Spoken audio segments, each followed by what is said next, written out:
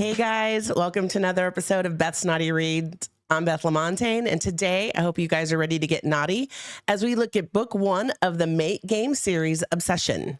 Before we start that, I would like to take just a moment to remind everybody or let people know that this past weekend, several counties in South Texas where I live were impacted by major floods. A lot of lives were lost, and a lot of damage was done to these people, both emotionally, physically.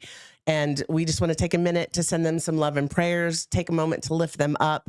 Anything that you can do to help them would be greatly appreciated, as well as help support the first responders that have dedicated hours and hours of their time, as well as volunteers to help try to get these people, their lost ones found, and also help them begin rebuild.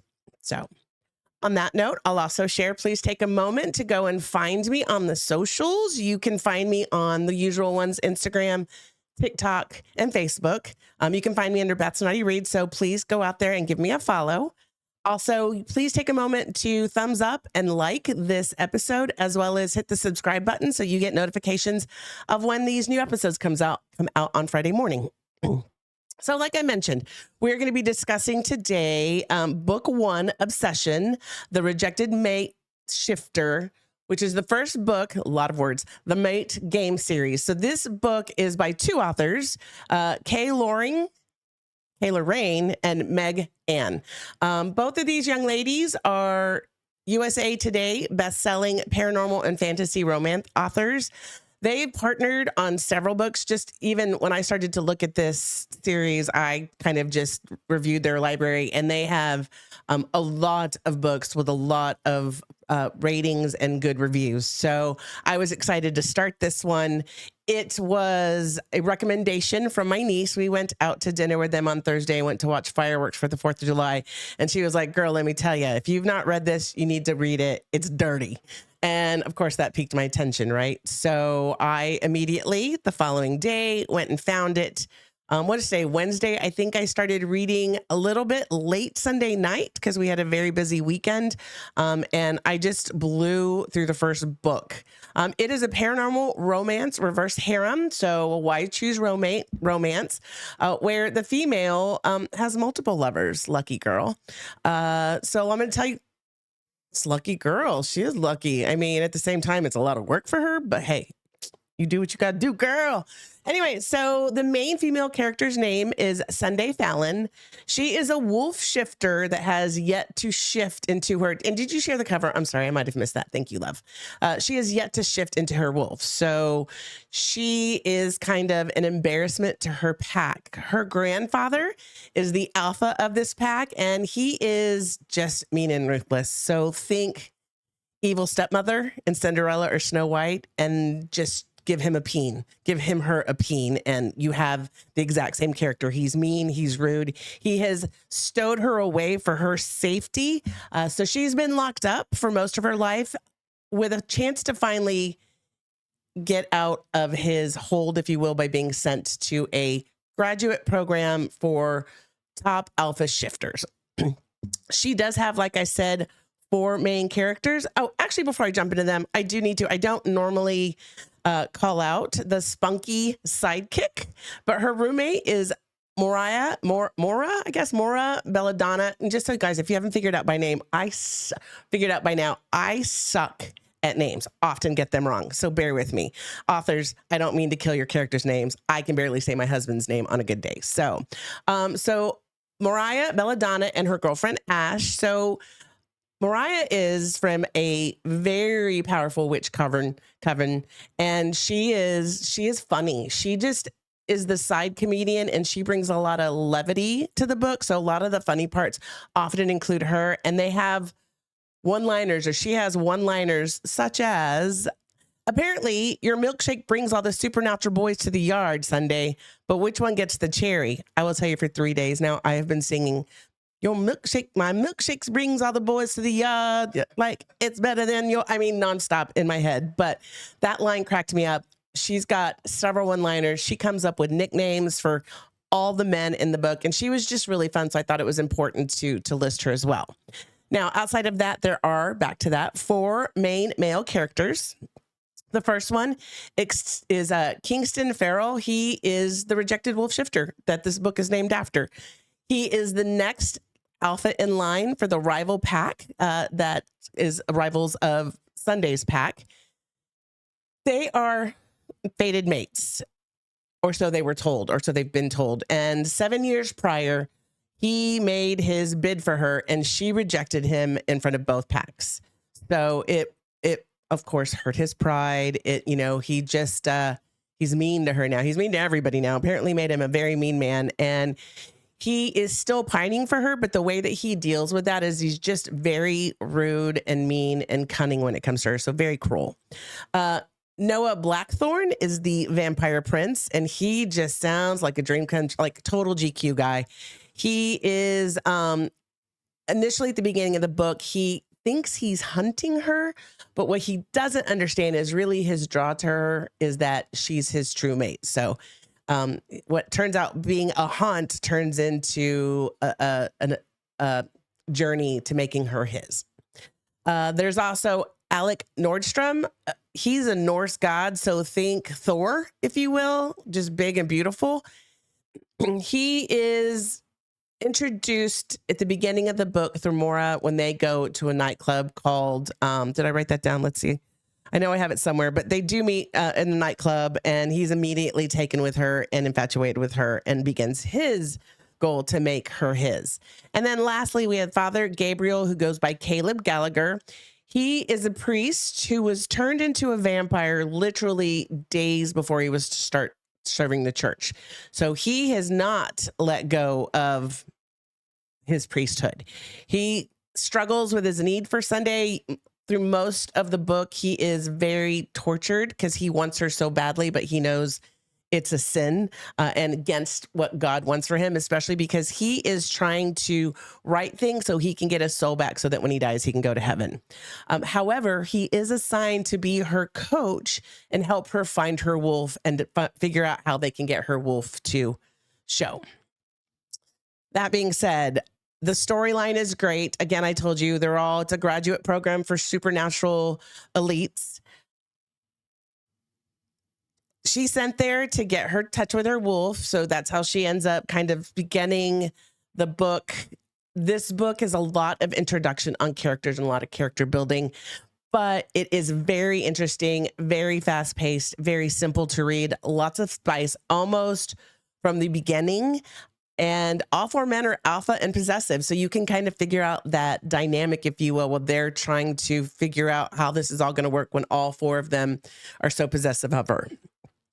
It's a great read. I'm going to give you a couple snippets just so you kind of get some ideas about what the book is. So let's see. Let's start with, so this is the first time that Sunday runs into Kingston after she has turned down his offer as being his mate. So Kingston's stares burned straight through me, setting deep in my core. What the fuck are you doing here, Sunday? Are you stalking me? A warning growl built in my chest, the only response my wolf ever gave me. Believe me, if I knew you would be here, I would have run away. Doesn't smell that way to me. He leaned in and dragged his nose across my collar and up my neck, right to the spot where he would have marked me as his if I hadn't rejected him. It smells like you still want me, even though you threw away your chance. In your dreams, she said. It was every fucking night, in fact, until I realized how defective you were. I should thank you. You saved me the embarrassment of being mated with a weak excuse of a wolf. My chest fluttered, the anger boiling inside, ready to escape. The urge to let my wolf out had my skin itching, too tight, desperate for the change. Look at you, so needy, he whispered. I bet if I touched your little C word right now, you'd be slick and hot for me. Fuck you, I spat, one brow cocked. That's the idea, sunshine. We may not be mated, but you'd still be good for a hard and fast fuck. What do you think? His palm left my throat and slid down between my breasts before traveling further, settling just over the top of my pussy. Well, would you say no to it this time? So that's the first interaction. And that's basically how he is through several chapters of the book with her, just kind of crude and rude and mean.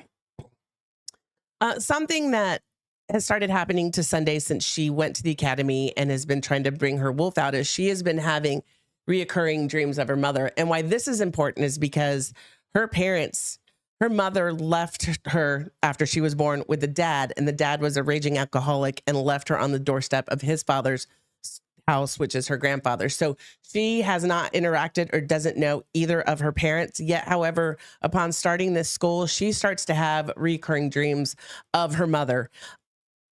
She knows this because they look exactly alike, and she always has a message for her. So this first dream, she says, "Oh, my daughter, there are so many things I wish to tell you, but I haven't much time. I know that I tried to protect you, to place you in the care of those who could keep you safe, but they found you. They're coming for you. You need to unlock your power. It's the only way you will survive. Embrace what makes you feel strong. Give into it. Do not let them deny you your birthright. Do not let them make you weak." And these dreams keep happening, and they keep getting darker and darker. And she starts to see things that she can't tell if she's good or evil. And so that's one of her struggles that she's dealing with throughout the journey of this book. The next quote I'm going to share is, so there's the club that I mentioned that I can't believe I can't find the name where I know I wrote it down somewhere, who knows where. But at the club, she is attacked. There's an attack. Hunters attack the club, and Sunday is actually stabbed, and it's kind of a big deal. And she goes through this really dangerous period where they're having a difficult time trying to figure out how to save her. So now she is recovered, and they are at a masquerade ball, and she has not talked to Noah since the attack has happened. So he's feeling guilty, but she doesn't know that. But she hasn't talked to him, and so she's worried that maybe he's backing off. So this is a little bit more about that. She says, "Our eyes locked across the room, and for a second, I thought maybe I'd misunderstood everything. Maybe he was just respecting Caleb's rule. Caleb asked them all to stay away from her so that she could get better. I started to smile, my hand lifting in a little wave. Then she walked in, and my naive musings exploded right in my face. Any hint of emotion I thought I'd found in his eyes were gone, hidden behind a mask of bored indifference as a stunning redhead. Her skin, creamy and perfect, slid her arm through his. Noah barely spared a glance, but the mystery girl gave him an adoring look as she trailed her other hand up his arm, leaving no doubt as to the claim she was making. "Who is that?" I growled, not recognizing the sick, twisting feeling in my stomach. Mora's eyes narrowed. "Callista Donahue, resident queen bee and spoiled little bitch, heir to the Donahue family fortune, and if she is to be believed, fated mate of the one and only vampire prince himself." Let's see. Mr. Noah Blackthorne. Yes. She's the one. Let me try that again. Let me do that sentence over. If she is to be believed, she is the fated mate of the one and only prince himself, Mr. Noah Blackthorne. Mariah's expression shifted, and she gave me an appraising once over. "You might want to steer clear of her until you get your wolf thing sorted. Callie can be a real piece of work." Callie's a bitch. I'm just going to say it out loud. She's a bitch. So now this is later in the book, and Sunday and Noah have determined that they are fated mates, and they're going to go through the mating ritual. So they are at that club, and Inequity, there's where I wrote it down. They're at Club Inequity. So all the times I said club, just remember it's Inequity. And they're at Club Inequity, and he says, "Brace yourself, Dove. My control isn't what it should be." Sliding to his knees behind me, he peppered kisses over the base of my spine as he used his fingers to tug fabric down my thighs. He followed the path, teeth nipping one of my cheeks, playful as he went. "Step out of these silly little things, then get on the bed." A tinge worked its way up my body at his words. I'd never been so eager to obey a command in my life. I think I wanted what he was offering more than he did. Shimmering out of the scrapes of lace I selected with Noah in mind, it took almost more restraint than I had to ignore the hungry look in his eyes as I rushed over to the bed. Climbing up and onto the thick mattress, I positioned myself on all fours and tossed a coy look over my shoulder. Like this? You can just see her, right? If the low groan that came from him was any indication, he liked what he saw. He moved so fast he was a blur as he whipped his belt open and tore his zipper off his trousers. Then he stood in front of me, long, thick, and hard. Ready to make me his, I thought I would be nervous, this being my first time and all, but as I stared into Noah Black's hungry eyes, I knew he was the one. This was the man I was meant to share this moment with. I don't want you on your knees while I'm inside you, Sunday. Not the first time. I need to watch your eyes as I take you. He faltered, his voice breaking as clear emotions overwhelm him. I've never felt like this. Okay, so I think that's all we're going to do today, per my producer. Thanks, honey. So I'm going to go over some of the reading reviews that I have. So the first one I have is Hot AF. She's just an Amazon customer, so we don't know her name. She says, as a mood reader, sometimes it is difficult to find a book that satisfies, but this one definitely scratched the itch I didn't even realize I had. I love that this is a series, and I still have a bit of a journey to go on. As for the spice, holy moly. Almost instantly, the relationship with all of her guys just added to it. I can't wait to see how everything progresses and the absolute badass she turns out to be. I like this one. Letty's Library. She says, sizzling start to an addictive series.